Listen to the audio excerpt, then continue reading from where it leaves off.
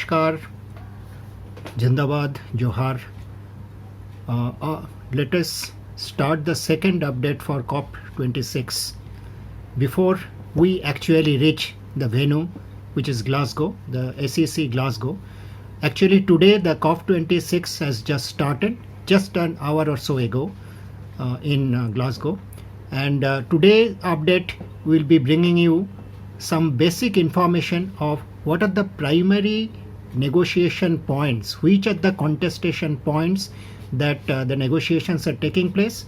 And negotiations are taking place within the governments, that's the parties, but there are a lot of other movement groups, civil society groups, even business groups, industry groups. All of them are trying to influence the negotiators. They have tried influencing in their own countries.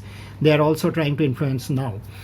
Apart from that, one very critical point that I want to mention here is that what you will read in the newspapers, because this is supposed to be the most important climate negotiation since Paris in 2015, because a lot of important issues are supposed to be settled in this to save the world from going into a climate catastrophe.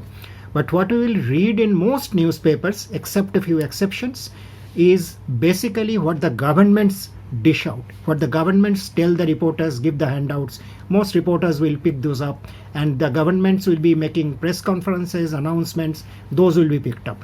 What we will try is, apart from those, understanding those terminologies, explaining those terminologies, simplifying that for our own movement groups and civil society groups everywhere in India and South Asia. We will also try to connect it with what those governments are actually doing, what is actually happening.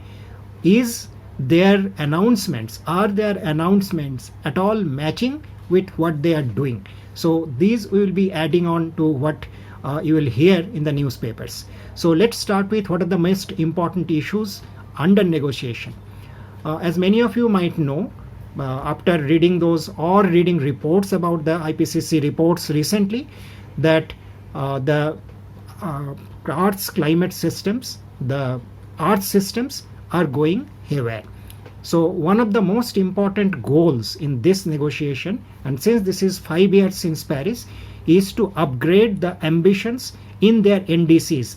So these NDCs are the mechanisms by which the countries are supposed to both reduce their emissions and also contribute to, the developed countries are supposed to contribute to the achievement of goals of poorer countries by giving finance, by giving technology, by giving by international cooperation.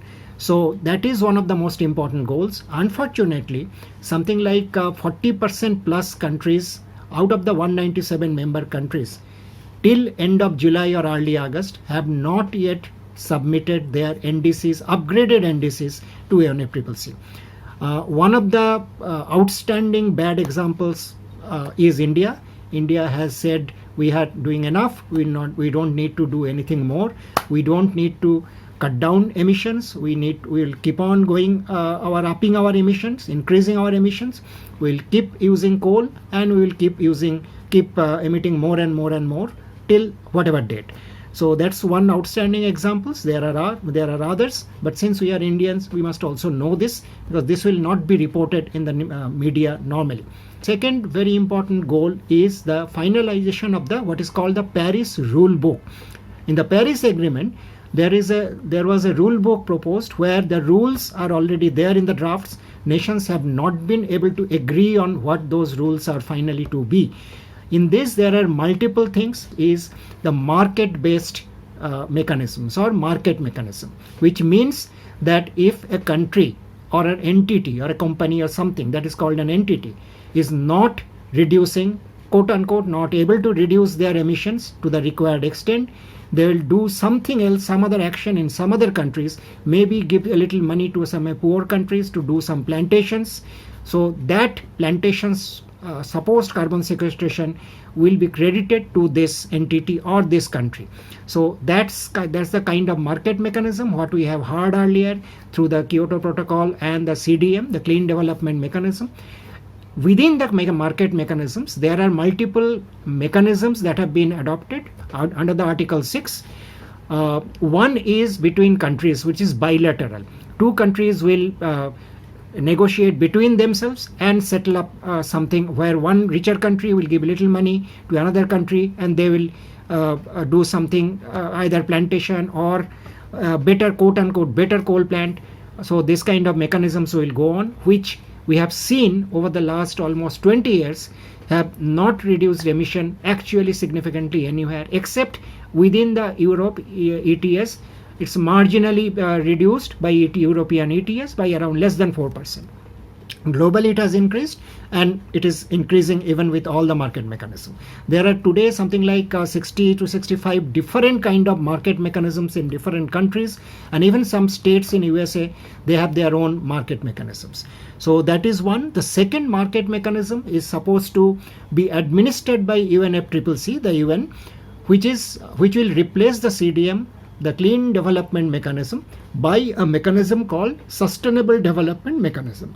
These are names.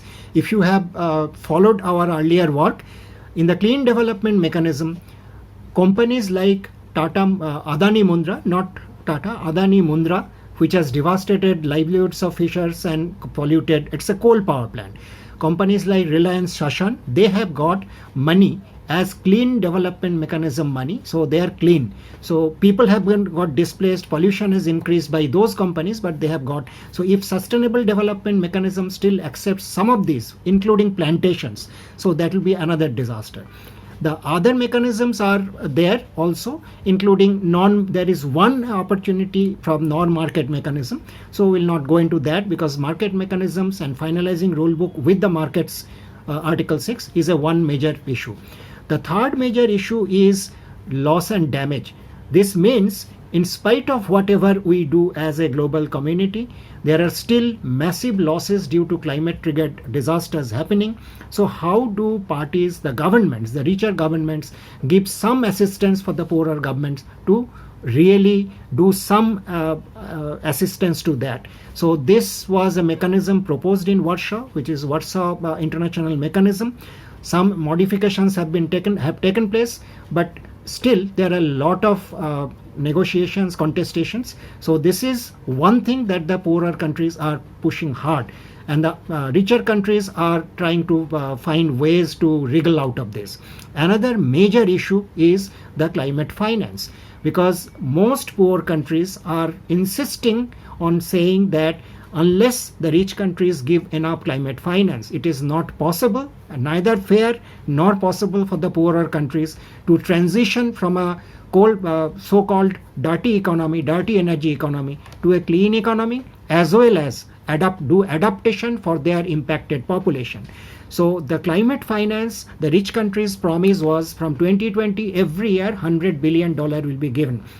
Though even earlier, the World Bank estimates themselves have shown every year at least $600 billion are needed. Recent estimate by UNFCCC shows it will be $1 trillion more every year. So this $100 billion is nothing, but even that has not been given. Their own claims, the rich countries' own claim is they have given something like $80 billion, almost $80 billion last year and 2019 and 2018. But Oxfam report is showing it's around $30 billion. Other reports are showing it's same, something like $25 to $35 billion. So actually, and if you compare this, one bullet train project by our Prime Minister will cost $17 billion. So this is one big area. And the other area is reporting and verification. How reporting formats, should they be all similar for poor countries, developed countries, very poor countries, or they should be different? So these are major issues that are in front of the COP. We'll come to you again, and this is coming from CFA and Mausam. Thank you.